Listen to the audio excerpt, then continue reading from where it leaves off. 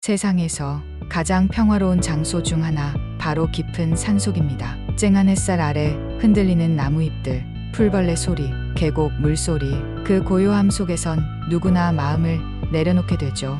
하지만 그런 고요함도 누군가의 이기심 앞에서는 무너질 수 있습니다. 그날 소백산에서 만난 두 남자는 자연도 사람도 법도 무시한 채 자신들만의 법을 휘두르고 있었습니다. 그 누구도 말릴 수 없을 것 같던 상황. 하지만 뜻밖의 세 여인이 그 앞에 서게 됩니다. 이야기에 앞서 구독과 좋아요 꾹 눌러주세요. 그들은 평범한 등산객이 아니었습니다. 대한민국 해병대 특수단에서 실전처럼 매일을 살아가는 국가 최정예 특수부대 여군들이었습니다. 휴가 중이었지만 그들의 본능은 여전히 깨어 있었고 정의감은 절대로 눈 감지 않았습니다. 소백산 입구, 이른 새벽. 그날 아침, 강혜진 선임하사와 팀원 2명은 도시의 번잡함을 피해 조용히 산을 찾았습니다. 산에서 체력을 유지하고 마음을 비우기 위함이었죠. 자연만큼 사람을 다독여주는 것도 없어요. 강혜진이 말했습니다. 맞아요. 마치 몸 안에 쌓인 찌꺼기가 다 빠져나가는 기분이에요. 막내 한유진이 미소를 지으며 대답했죠. 세 사람은 가벼운 복장으로 산을 오르기 시작했습니다. 누가 보더라도 숙련된 걸음걸이, 그 어떤 급경사도 호흡을 흐트러뜨리지 않았고 서로 말은 적었지만 움직임 하나로도 팀워크가 느껴졌습니다. 1시간 정도 올랐을 무렵 그들은 계곡 옆 바위에서 잠시 쉬었습니다. 계곡물에 손을 씻고 준비해온 생수로 목을 축였습니다. 멀리서 지나가는 등산객들과 눈인사를 나누고 한숨 돌리던 그때였습니다. 공기 속에 섞여 들어온 이상한 냄새, 담배 냄새였습니다. 선임님, 저쪽에서 담배 피우는 것 같아요. 한유진이 미간을 찌푸리며 말했습니다. 저 상황 그냥 넘어가면 안 되겠죠. 민서율 중사도 고개를 끄덕였습니다. 위험한 연기, 두 남자의 등장. 그들이 다가간 등산로 좁은 길목에는 2명의 남자가 앉아 있었습니다. 한 명은 짧은 머리에 용문신, 이름은 장태식. 다른 한 명은 마른 체구에 음흉한 눈빛, 서종필. 둘 다 뭔가 단순한 등산객이라 보기엔 이질적인 분위기를 풍겼죠. 그들은 등산객이 지나는 길 한가운데 앉아 담배를 피우며 시끄럽게 떠들고 있었습니다. 바싹 마른 낙엽 위에 떨어진 담배 연기. 그 순간만으로도 누구나 산불을 떠올릴 수 있었습니다. 등산객 몇 명은 얼굴을 찌푸리며 먼 길로 돌아갔고 아이를 데리고 지나가던 가족은 불안한 얼굴로 발걸음을 돌렸습니다. 강혜진은 조용히 숨을 내쉬었습니다. 이건 그냥 지나칠 수 없다. 첫 번째 대화, 정중한 요청. 세 사람이 다가가자 장태식은 그들을 위아래로 펴보았습니다. 시선엔 조롱과 비아냥이 섞여 있었죠. 강혜진은 차분한 어조로 말했습니다. 여기는 국립공원입니다. 날씨도 건조하고 산불 위험이 높습니다. 죄송하지만 담배는 꺼주시겠습니까? 장태식은 낄낄 웃으며 담배를 더 깊게 빨았습니다. 이야, 아줌마들이 뭘 좀 안 해? 근데 우릴 뭘로 보고 말을 거는 거야? 서종필도 거들었습니다. 요즘 여자들 무섭다더니 아주 작정했네. 우리 지금 중요한 얘기 중이니까 그냥 지나가시죠. 말투는 가벼웠지만 눈빛은 날이 서 있었습니다. 그들은 여자라는 이유로 그녀들을 가볍게 보았습니다. 갈등의 고조, 위협의 시작. 강혜진은 한 발 다가섰습니다. 표정 하나 변하지 않은 채 다시 한번 말했죠. 다른 분들이 많이 불편해 하십니다. 법적으로도 금지된 행동입니다. 마지막으로 말씀드립니다. 담배 꺼주십시오. 장태식은 그 말을 듣고 자리를 박차고 일어났습니다. 인연들이 진짜 건드려선 안 될 사람 건드렸네. 그의 손이 담배를 들고 강혜진 얼굴 가까이 들이밀었습니다. 그리고 욕설과 함께 손을 들어 그녀의 멱살을 잡으려 했죠. 순식간에 벌어진 반격.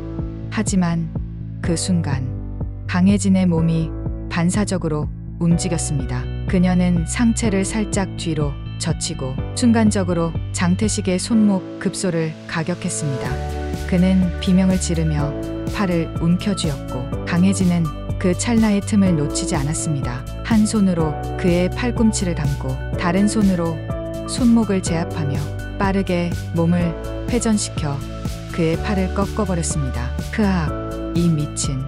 그가 고통에 몸부림치는 사이 민서율은 서종필이 칼을 꺼낸 것을 포착했습니다. 서종필은 상황을 이해하기도 전에 주머니에서 은색 등산용 칼을 꺼내 들었습니다. 햇빛에 반사된 칼날이 등산로의 평화를 무참히 찢어놓을 것처럼 번뜩였습니다. 이 미친 것들이 건드릴 사람 건드렸어. 칼을 휘두르며 민서율에게 달려든 서종필. 하지만 그녀는 이미 그의 움직임을 예측하고 있었습니다. 상대의 중심이 앞으로 쏠리는 것을 보고 민서율은 반박자 빠르게 반응했습니다. 그녀는 뒤로 빠지지 않았습니다. 오히려 한 발 더 앞으로 파고들었습니다. 날카롭게 날아드는 칼을 회피하며 그녀는 몸을 낮췄고 회전하듯 일어서는 순간 팔꿈치로 서종필의 옆구리를 정통으로 가격했습니다. 숨이 턱 막힌 서종필의 몸이 휘청였고 그 사이 민서율은 그의 손목을 단단히 잡아 비틀었습니다. 고통의 칼이 손에서 떨어지고 바위 위로 땡그랑 소리를 내며 굴러갔습니다. 그걸 본 한유진은 주저하지 않았습니다. 빠르게 앞으로 나서며 그 칼을 발로 차내 더 이상 손 쓸 수 없도록 멀리 보냈다.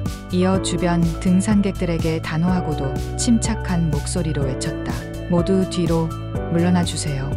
다치신 분 없습니까?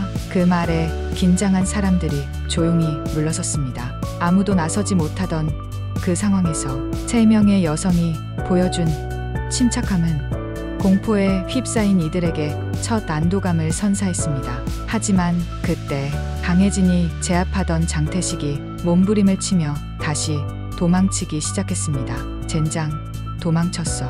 강혜진은 짧게 말하곤 바로 움직였습니다. 서유리는 저 남자 끝까지 제압하고 유진이는 나 따라와. 놓치면 안 돼. 그녀는 그대로 산속으로 몸을 던졌습니다. 한유진도 재빠르게 뒤를 따랐습니다. 소백산 속으로 사라진 그림자.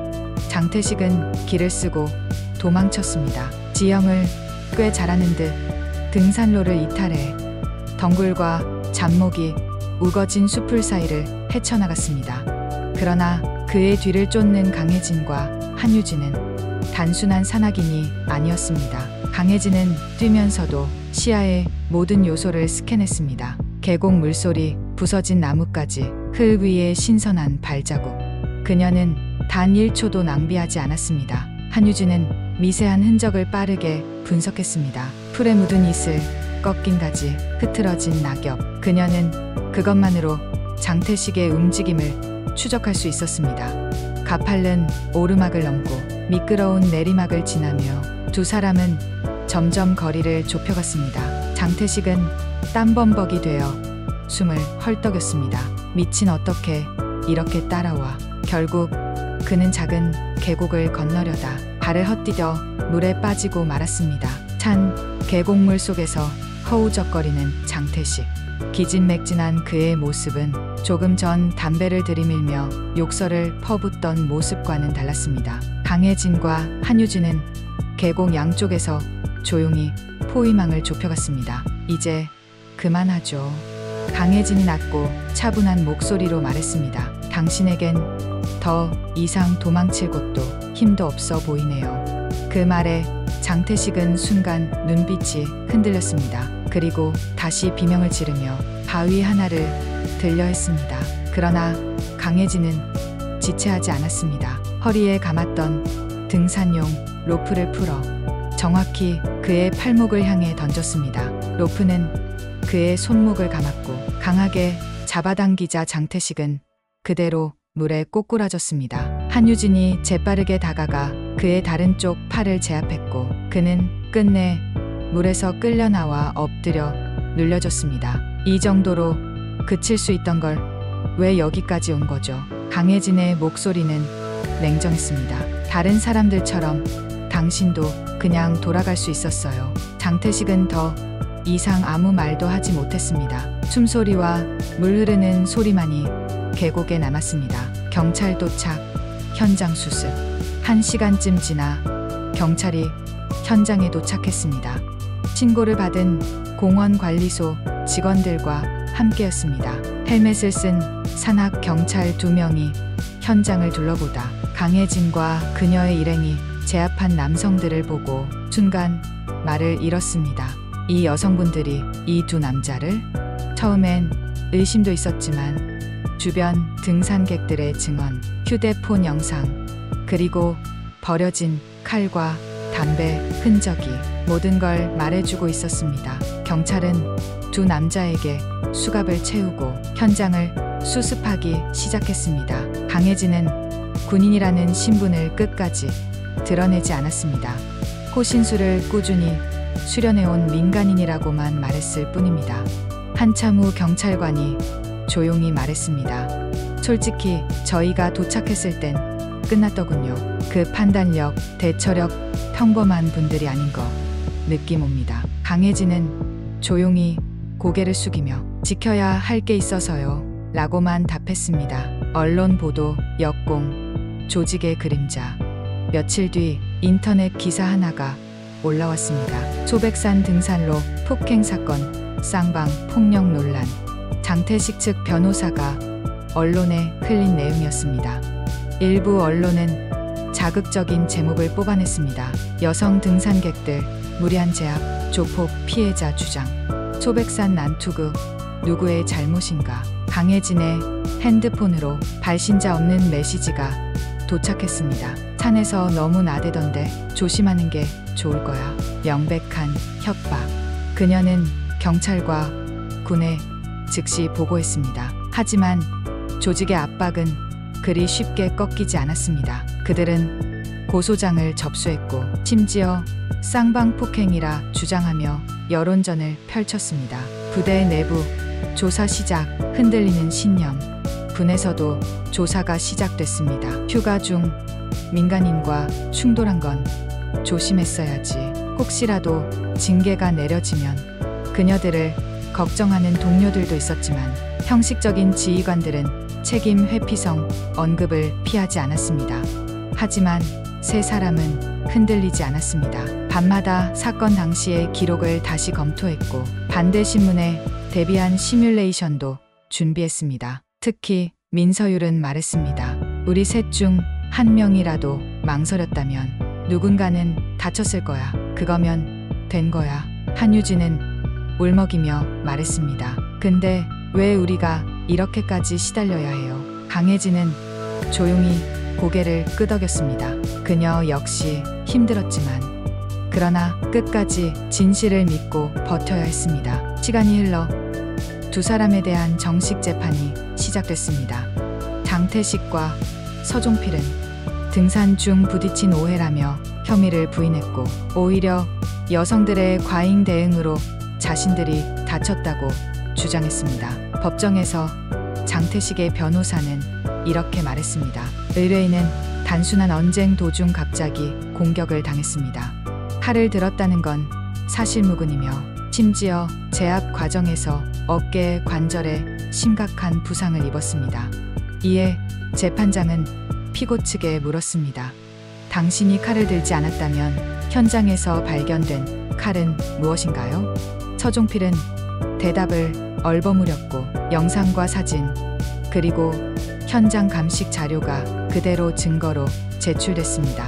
결정적인 증거, 등산객들의 영상과 증언. 사건 당일 몇몇 등산객들은 놀라운 장면을 촬영해 SNS에 공유했었습니다. 처음엔 논란이 있었지만 시간이 지나면서 진실은 점점 모습을 드러냈습니다. 재판 당일 한 중년 여성 등산객이 증인석에 섰습니다. 눈에 힘을 준 그녀는 또렷하게 말했습니다. 제가 봤어요. 그 남자들이 먼저 담배를 피우며 귀를 막고 있었고 여성분이 조용히 경고하자 욕을 하고 달려들었어요. 아무리 생각해도 그분들은 정당방위를 한 겁니다. 또 다른 50대 부부는 진술했습니다. 우리 아이가 무서워서 울고 있었어요. 그런데 그 여성분들이 침착하게 그 남자들을 제압하자 우리도 안심할 수 있었죠. 솔직히 너무 감사했어요.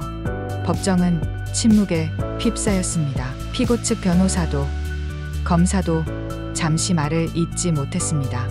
검찰의 정의는 살아있습니다. 검사는 최종 변론에서 이렇게 말했습니다. 사는 누구에게나 열려 있어야 합니다. 남녀노소, 아이를 데리고 온 가족, 어르신 등산객, 누구든 그 공간에서 안전함을 느껴야 합니다. 그런데 피고들은 불법적인 행위를 저질렀고 그 상황을 제압한 이들은 오히려 위협과 고통에 시달려야 했습니다. 우리가 이 판결로 지켜야 하는 것은 단지 피해자의 명예가 아닙니다. 바로 공공질서와 정의입니다. 재판장은 잠시 눈을 감았다가 천천히 판결문을 낭독했습니다. 피고 장태식, 징역 2년 6개월. 피고 서종필, 징역 1년 6개월. 단, 초범임을 고려해 집행유예 2년. 피고 측은 충격을 감추지 못했습니다. 특히 장태식은 판결 직후 욕설을 퍼붓다 제지당하기도 했습니다. 반면 강혜진과 두 동료는 조용히 고개를 숙였습니다. 울지도 웃지도 않았습니다. 그들은 단지 묵묵히 받아들이고 있었습니다. 군 내부 반응, 명예회복과 사과. 재판 이후 이 사건은 군 내부에도 큰 파장을 일으켰습니다. 처음엔 징계를 검토하던 고위 간부들도 여론과 진실 앞에서 입장을 바꿨습니다. 해병대 특임단장은 그녀들을 불러 말했습니다.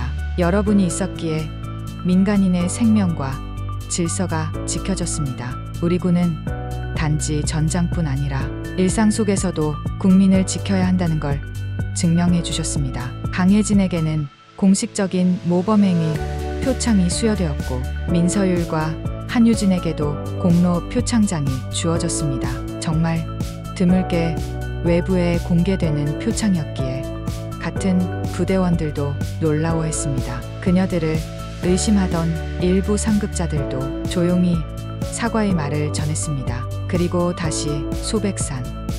몇 달 뒤 가을이 깊어진 어느 날 세 사람은 다시 소백산을 찾았습니다. 모두 복귀 후 바쁜 훈련과 임무로 지쳤던 터라 하루 정도 시간을 맞춰 자연을 느끼기로 한 것입니다. 이번엔 도시락도 준비했고 그날의 기억을 나누며 웃을 수 있는 여유도 생겼습니다. 강혜진은 계곡 옆 바위에 앉아 물소리를 들으며 말없이 앉아 있었습니다. 민서율이 다가와서 선임님 또 생각 중이시죠? 강혜진은 고개를 끄덕이며 미소 지었습니다. 그때 우리 안 나섰으면 어땠을까 생각했어. 혹시라도 그 남자들이 다른 사람들 해쳤다면. 민서율은 한유진을 가리켰습니다. 막내는 어린아이와 사진을 찍으며 소소한 웃음을 짓고 있었습니다. 그 애가 저렇게 웃고 있는 거 보면 우린 잘한 거예요. 잠시 후 한유진이 작은 종이 한 장을 들고 다가왔습니다. 거기엔 이런 글이 적혀 있었습니다. 당신들이 있었기에 우리는 안심할 수 있었습니다. 고맙습니다. 이름 없는 세 분의 영웅에게. 글을 쓴 이는 당일 산에서 만난 어느 등산객이었습니다. 세 사람은 조용히 그 글을 읽고 말없이 하늘을 올려다보았습니다. 구름 한 점 없이 맑은 날이었습니다. 나무잎은 바람에 흔들리며 은은한 소리를 냈고 멀리 계곡물은 변함없이 흐르고 있었습니다. 세상은 늘 정답을 주지 않습니다. 때로는 정의를 위해 나섰다가 의심을 받고 비난을 받기도 합니다. 하지만 진실은 늘 하나입니다. 그리고 그 진실을 믿고 끝까지 걸어간 이들이 있었기에 우리는 다시 안전한 산길을 걸을 수 있는 거겠죠. 소백산의 그날 3명의 여성은 단지 자신을 위해서가 아니라 누군가의 하루와 삶을 지키기 위해 싸웠습니다. 그 용기와 신념이야말로 우리 사회가 지켜야 할 가장 아름다운 힘입니다. 그리고 지금 이 순간에도 어디선가 또 다른 강혜진, 민서율, 한유진이 보이지 않는 곳에서 조용히 누군가를 지키고 있을지도 모릅니다. 지금까지 백지의 공감 사연이었습니다. 구독과 좋아요는 저에게 큰 힘이 됩니다.